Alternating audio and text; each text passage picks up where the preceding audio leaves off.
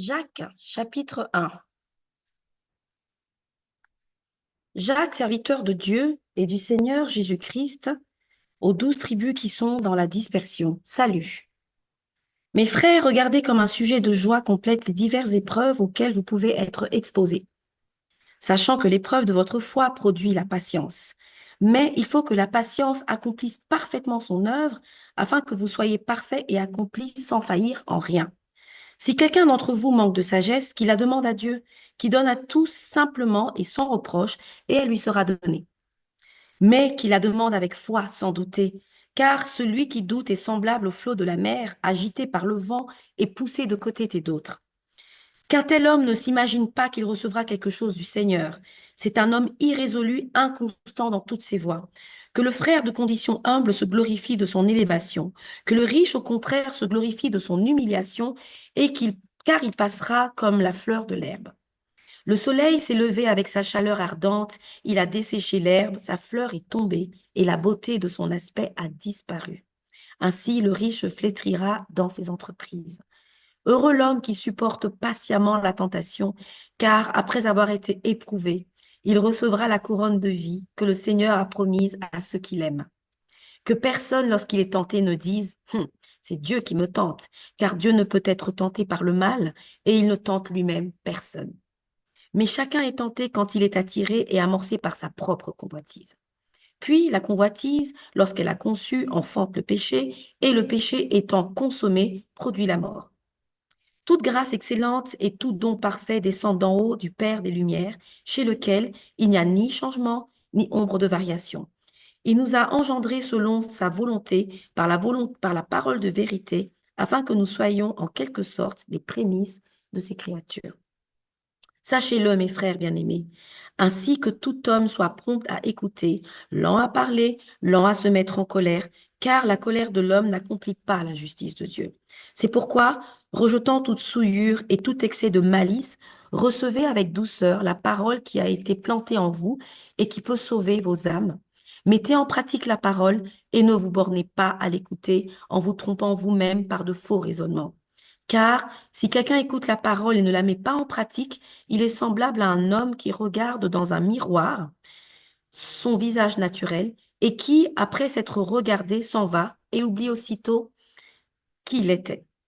Mais celui qui aura plongé les regards dans la loi parfaite, la loi de la liberté, et qui aura persévéré, n'étant pas un auditeur oublieux, mais se mettant à l'œuvre, celui-là sera heureux dans son activité.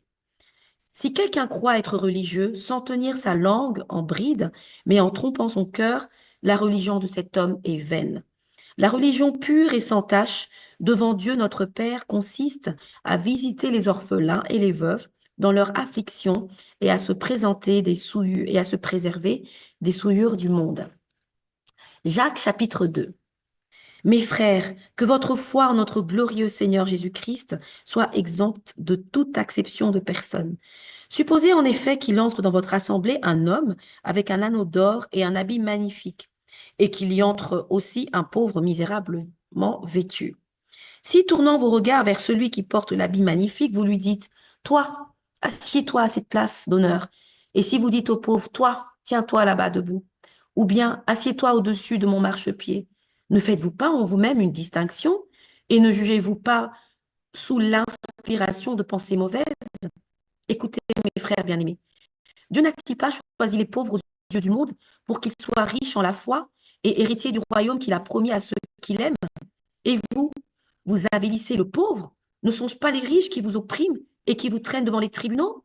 Ne sont-ce pas eux qui outragent le beau nom que vous portez? Si vous accomplissez la loi royale selon l'Écriture, tu aimeras ton prochain comme toi-même, vous faites bien.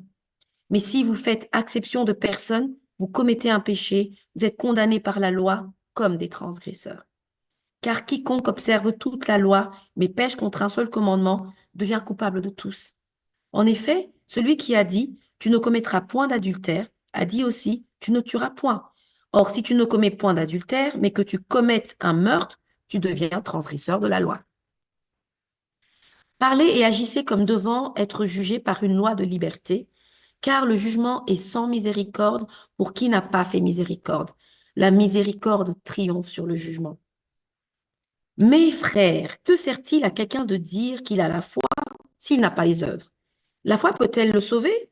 Si un frère ou une sœur sont nus et manquent de la nourriture de chaque jour, et que l'un d'entre vous leur dise, allez en paix, chauffez-vous et vous rassasiez, et que vous ne leur donniez pas ce qui est nécessaire au corps, à quoi cela sert-il?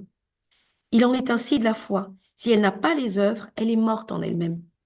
Mais quelqu'un dira, toi, tu as la foi, et moi, j'ai les œuvres, et moi, je te montrerai la foi par mes œuvres. Tu crois qu'il y a un seul Dieu? Tu fais bien. Les démons le croient aussi, et ils tremblent. Veux-tu savoir, ô homme vain, que la foi sans les œuvres est inutile?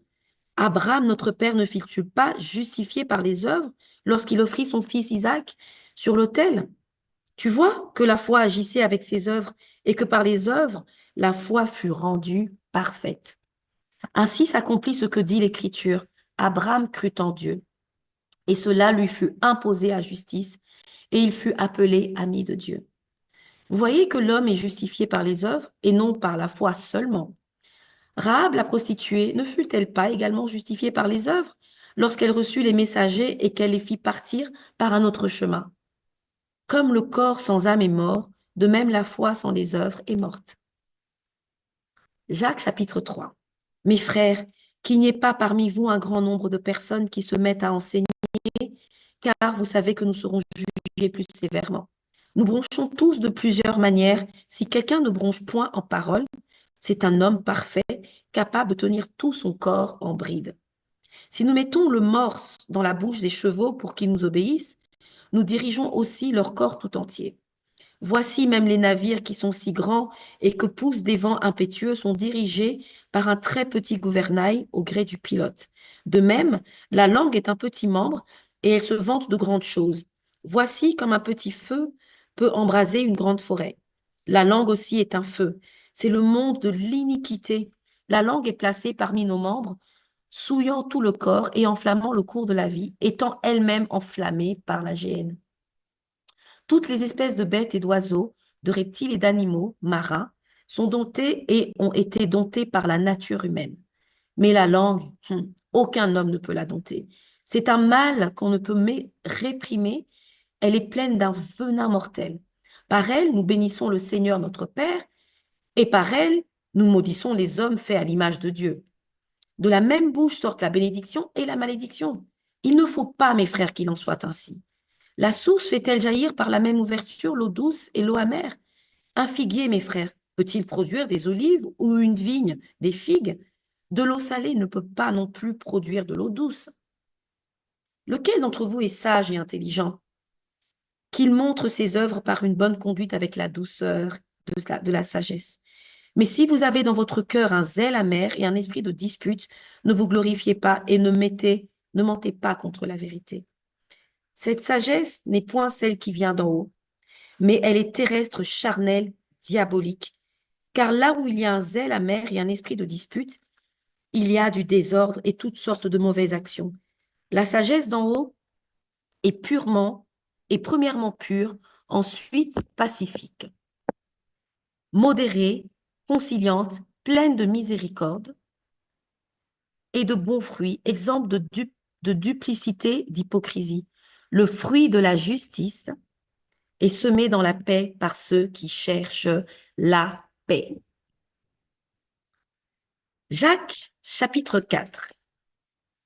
D'où viennent les luttes et d'où viennent les querelles parmi vous?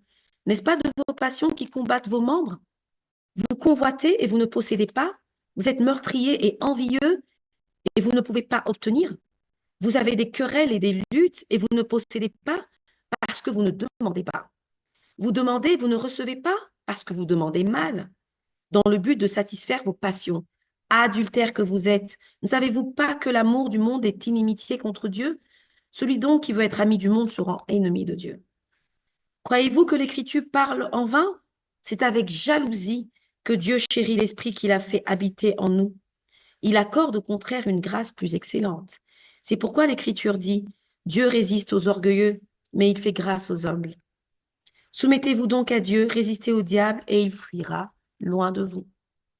Approchez-vous de Dieu, et il s'approchera de vous. Nettoyez vos mains, pécheurs, purifiez vos cœurs, hommes irrésolus. Sentez votre misère. Soyez dans le deuil et dans les larmes. Que votre rire se change en deuil et votre joie en tristesse. Humiliez-vous devant le Seigneur et il vous élèvera. Ne parlez point mal les uns des autres, frères.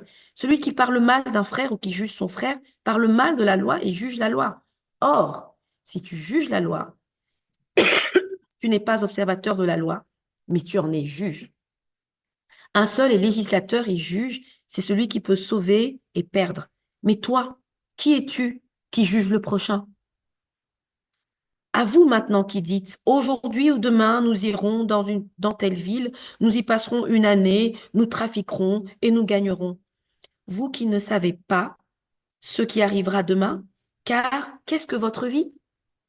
Vous êtes une vapeur qui paraît pour un peu de temps et qui ensuite disparaît.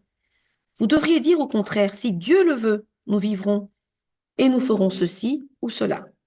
Mais maintenant, vous vous glorifiez dans vos pensées orgueilleuses chez cette chose mauvaise que de se glorifier de la sorte.